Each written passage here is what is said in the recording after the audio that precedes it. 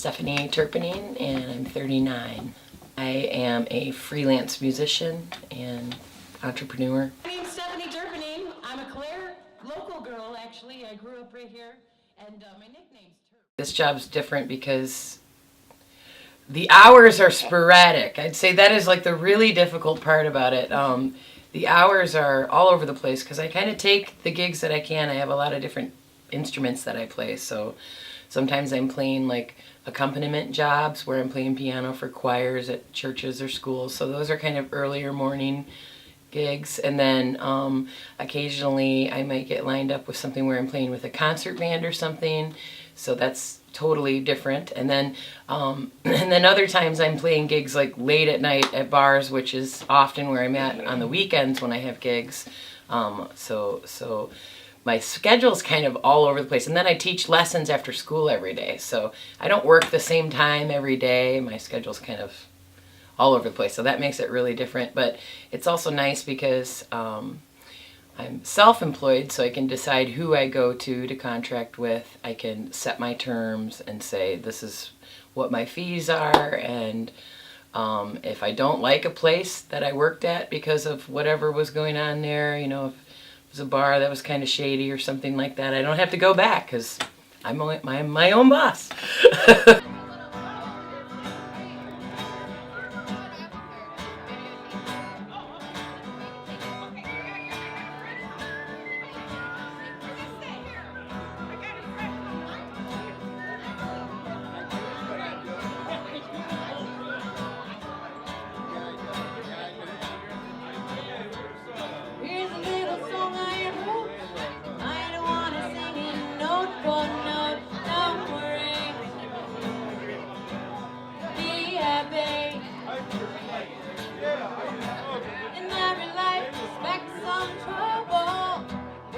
Percussion is my favorite instrument, actually, and that's like a hard, I guess that's more of an instrument family. That's a hard question for me because I know how to play a lot of different instruments, but percussion's what I studied in college, and I played in steel bands, and I played in, like, you know, formal percussion ensembles, drum lines, stuff like that, and I studied like thoroughly how to play percussion in college, so that was like my main field of study when I was preparing for my career.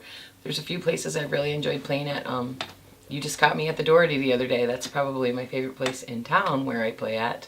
I've studied, I have 2 degrees in music, you know, so, and it's worth it because I have a lot of people that praise me, that, you know, kind of lift you up, and, you know, you get a lot of compliments as a musician, so I think it's done a lot for my self-esteem since I've been doing this, definitely.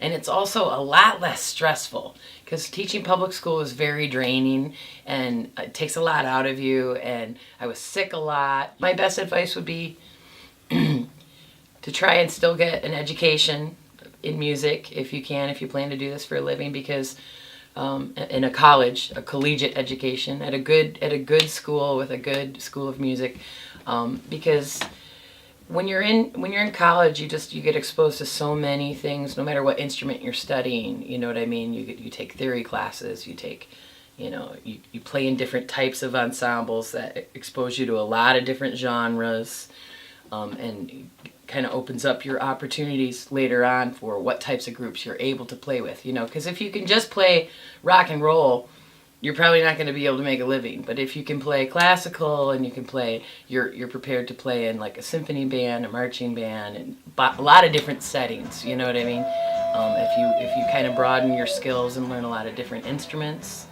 that definitely helps. I know one thing I would tell every freelance musician would be to get a handle on the piano. My grandmother got me this piano. This is what I practiced when I was a child, learning to play piano on, actually. And this is kind of a historic instrument because it was in the 1901 World's Fair in New Orleans, I guess.